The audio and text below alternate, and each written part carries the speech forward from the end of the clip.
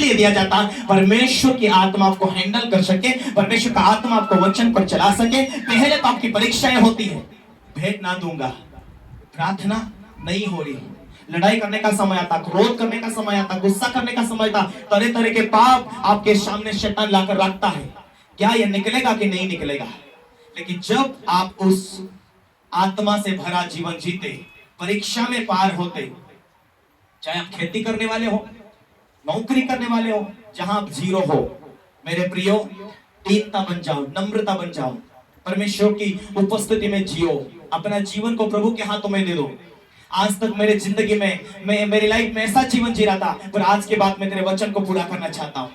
आज के बाद जो बाइबल में लिखा है उसे पूरा करना चाहता हूँ।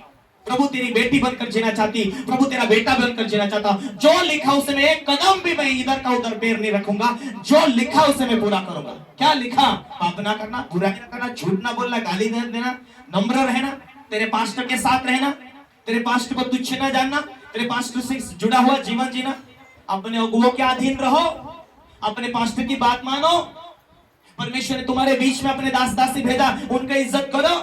क्यों लिखा? क्योंकि आज उसे पूरा करो, कल तुम्हारे जीवन में फल आने वाले। यदि आज तुम तुम्हारे आत्मिक माता पिता का नहीं मान रहे, 4-6 साल के बाद देखना वही तुम्हारे बच्चे तुमने आत्मिक माता पिता से दूर, वही तुम्हारे बच्चे तुम्हें इज्जत नहीं करेंगे, वो अलग अलग होंगे। क्यों? क्योंकि तुमने आत्मिक दुनिया में शैतान को मौका दिया।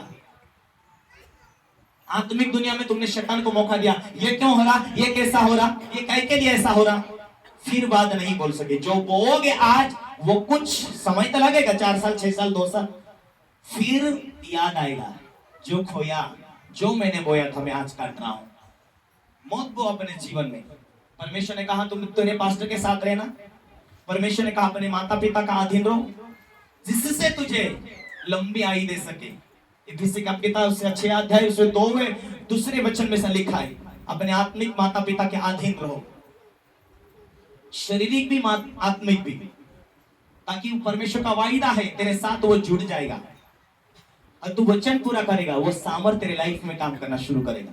प्रभु ने कहा आए भाई कुछ भी हो, अगल बगल में कुछ भी मुश्किलें हो, परंतु परमेश्वर तेरे स्वर्गदूतों के द्वारा तुझे ठेस नहीं पहुंचने देगा, तेरी रक्षा करेगा। Hallelujah, hallelujah. आज फल नहीं मिल रहा, 4-6 साल हो गए। अपनी प्रार्थना को परखो, देखो उसे जांच करके कितनी है, अपनी पवित्रता को देखो कितनी है, हम परमेश्वर के दास को कितना इज्जत करते हैं देखो। यदि हम सचमुच में सारी बातों में जुड़ गए, उसे इज्जत करने में, उसे प्रार्थना करने में, अपनी लाइफ में पवित्र रहने में, पापों के साथ प्रार्थना कर रहे, वो असर नहीं करेगा। Hallelujah, hallelujah. और आज पवित्रता में हो लेकिन प्रार्थना नहीं कर रहे, असर नहीं करेगा। मसीह जीवन के अंदर असरदार जीवन होना चाहिए, मसीह जीवन में आगे बढ़ने वाला जीवन होना चाहिए। यदि आप आपकी जिंदगी में सफलता नहीं पा रहे, हालेलुया, अपने जीवन को परखना, देखना, जांच करके देखना, वचन से मिलाना, क्या मैं वचन में साथ बना हूं या नहीं, मेरा जीवन वचन के ऊपर जी रहा है कि नहीं, मैं वचनों के साथ जी रहा हूं कि नहीं। यदि वचनों के साथ जी नहीं रहा हूं तो ये मुश्किलें दिख रही, उसे मैं कैसे हैंडल करूंगा। मसीह यीशु तेरे लाइफ में इसलिए आया कि तुझे ऊंचा करे। परमेश्वर अपनी आत्मा को इसलिए दिया कि तेरे जीवन में सामर्थ्य काम करे, और परमेश्वर आत्मा तुझे बता सके, दिखा सके, समझा सके। तेरी आंखें आत्मिक बन चुकी है। एक दूसरे को बोलो, तेरी आंखें आत्मिक बन चुकी, तेरा विचार आत्मिक बन चुका, तेरा विश्वास आत्मिक बन चुका। Hallelujah, hallelujah, hallelujah. संसार, परमेश्वर का आत्मा तुम्हारे साथ होता है, वो तुम में होता है, संसार नहीं जानता, उसे नहीं मालूम। अब जो संसार जैसा विश्वास है, जैसा दिखता है, दिखने वाली बातों के ऊपर विश्वास करते हैं। Hallelujah, hallelujah. संसार ऐसा विश्वास करता है, आज 1 क्विंटल मैंने गेहूं बो दिया, इसका मतलब 50-50 किलो में कितना ठीक निकलेगा। हाँ, 50 किलो बीज बो दिया, इसका 10 क्विंटल निकलेगा। हालेलुया। और 1 क्विंटल बो दिया, वो 20 क्विंटल निकलेगा। हालेलुया। ये दिखने वाली दुनिया, ये दिक्कत है, उस दुनिया का विश्वास है। पर परमेश्वर तुम्हारे अंदर, तुम्हारे साथ, तुम्हारे वचनों के अंदर जो मिलता है वो ना दिखने वाली दुनिया के अंदर है, वो उससे भी बढ़कर काम करता है। हालेलुया। वो दिखता नहीं है। हालेलुया। तुमने कणगी के अंदर 10 क्विंटल तो गेहूं डाला, लेकिन तुम्हें पता नहीं चलता है कि 1 साल में खत्म हो जाना था। 5 क्विंटल डाला, खत्म हो जाना था। अरे इतना भी खा रहे, पर उतना ही दिख रहा। हालेलुया।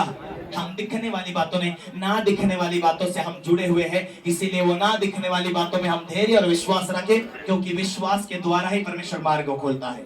आमीन। हालेलुया। हालेलुया। आज के बाद अपने विश्वास को बोलना, अपने विश्वास को जागरूक करना। मेरे फैमिली को चेंज करना परमेश्वर, मेरे परिवार को चेंज करना, मेरे पैसों को लेकर आना, मेरी मुश्किल के लिए परमेश्वर मार्ग को खोलकर मेरे जीवन में मुश्किल को हटाकर आशीष देने वाला है। बोले यीशु मसीह के हालेलुया। विश्वास कल्पना करो, विश्वास के द्वारा लिखित रूप में प्रार्थना करो, विश्वास को जागरूक करो। यह हो सकता है जो तुमने मुंह से बोला उसे वापस लो। हालेलुया। टेंशन आती, बोलते ना फालतू का जीवन, मरने के पुरता है, क्या फायदा है, 4-5 साल में मर जाऊंगा, 10 साल में मर जाऊंगा, 20 साल में मर जाऊंगा। ये जो तुमने बोला वो आपके नसें काम करेगी, शैतान भी उस रीति से काम करता है, क्योंकि आपने सौंप दिया उसे। हालेलुया। परमेश्वर आपको जीने के लिए बुलाया है। आप वो लोग हो जो लोगों को सलाह देंगे, लोगों के जीवन से बंधनें टूटेंगी, वो परमेश्वर से जुड़ेंगे, और आप किसी के लिए दुआ करेंगे तो परमेश्वर आपकी दुआ प्रार्थना को सुनेगा, क्योंकि परमेश्वर का वचन कहता है वो धर्मियों की प्रार्थना सुनता है, वो अनसुनी नहीं करता। हालेलुया। जहां से हम गिरे, मन फिराने की जरूरत है। जहां से हमारे जीवन में जो कमियां आई है, हमें मन फिराने की जरूरत है। हालेलुया। सामर्थ्य से हम जुड़े हैं। तुम्हारे सोचने से भी बढ़कर काम कर सकता परमेश्वर। ना तुमने सोचा, ना देखा, ना तुमने कल्पना किया, वो काम परमेश्वर करेगा। क्या काम करेगा परमेश्वर? डॉक्टर ने बोल दिया कैंसर है, डॉक्टर ने बोला आज 4 दिन में मर जाएगा, लेकिन प्रार्थना करते हैं, आपका विश्वास बैठता है, आपका विश्वास बैठता है और प्रार्थना करने लगते हैं, आराधना करते, तन मन से आराधना करते हैं। डॉक्टर ने क्या बोला भूल गए, ऑटोमेटिक विश्वास जुड़ गया। आराधना, स्तुति, प्रार्थना किया, आपका विश्वास जुड़, आपका डर था आपने भूल गया। हालेलुया। हालेलुया। आपका विश्वास जैसा बैठ जाता है और उसी प्रार्थना में परमेश्वर अपनी आत्मा, अपनी सामर्थ्य के द्वारा काम करने लगता है, और आप कहते हैं कि भाई चमत्कार हो गया। हालेलुया। वो चमत्कार मनुष्य नहीं, वो परमेश्वर कार्य करता है। बोले यीशु मसीह के हालेलुया। हालेलुया। हालेलुया। यूहन्ना पतरस प्रार्थना कर रहे थे तीसरे पहर, ये प्रार्थना की धुन में जा रहे थे। जब जब आप प्रार्थना की धुन में जाएंगे, आपके जीवन में आप वैसे ही 3 टाइम की प्रार्थना का लेवल बना लेंगे। सुबह प्रार्थना, शाम में प्रार्थना, दोपहर प्रार्थना। आप सोचेंगे भी नहीं ऐसे चमत्कार परमेश्वर आपके लाइफ में काम करने वाला है। इसीलिए आप अपनी जरूरत को भूल जाइए, प्रार्थना के साथ जुड़ जाइए। एक दूसरे को कहो अपनी जरूरत को भूल जाए, प्रार्थना के साथ जुड़ जाए, प्रार्थना के साथ जुड़ जाए, अपनी जरूरत को भूल जाए।